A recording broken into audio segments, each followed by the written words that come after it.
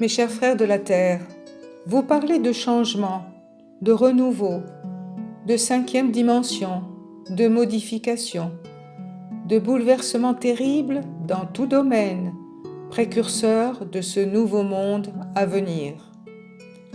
Un peu nostalgique que vous êtes de ce que vous imaginez qu'a pu exister il y a fort, fort longtemps, et vous rêvez donc au retour de la fraternité, de l'amour, de la paix, de...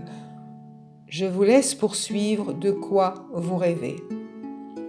Je comprends fort bien vos espoirs et vos projections d'un monde autre que celui qui vous tourmente tant et qui vous fait voir tout en une couleur plutôt funeste, tant vous pouvez être quelquefois horrifié par les laideurs et les horreurs perpétrées en son sein.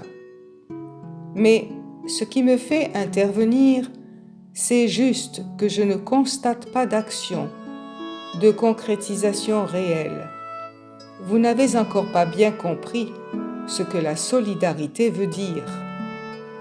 Vous râlez bien contre le système, et à juste raison, mais celui-ci vous écrase et vous ôte toujours un peu plus toute capacité de réaction. Et de rébellion, et quand il y a rébellion, vous vous contentez de quelques promesses, de quelques miettes d'accord en phase à vos récriminations. C'est trop peu comme action et comme manifestation de votre volonté de changement.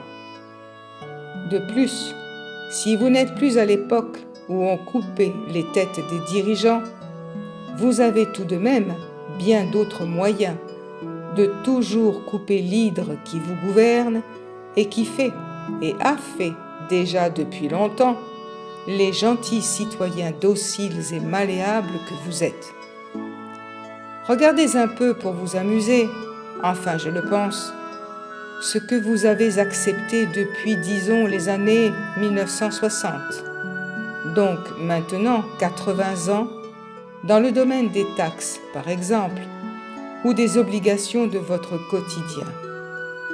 Faites-en la liste, cela pourrait vous amener à réfléchir à cet enfermement dans lequel vous vous trouvez aujourd'hui.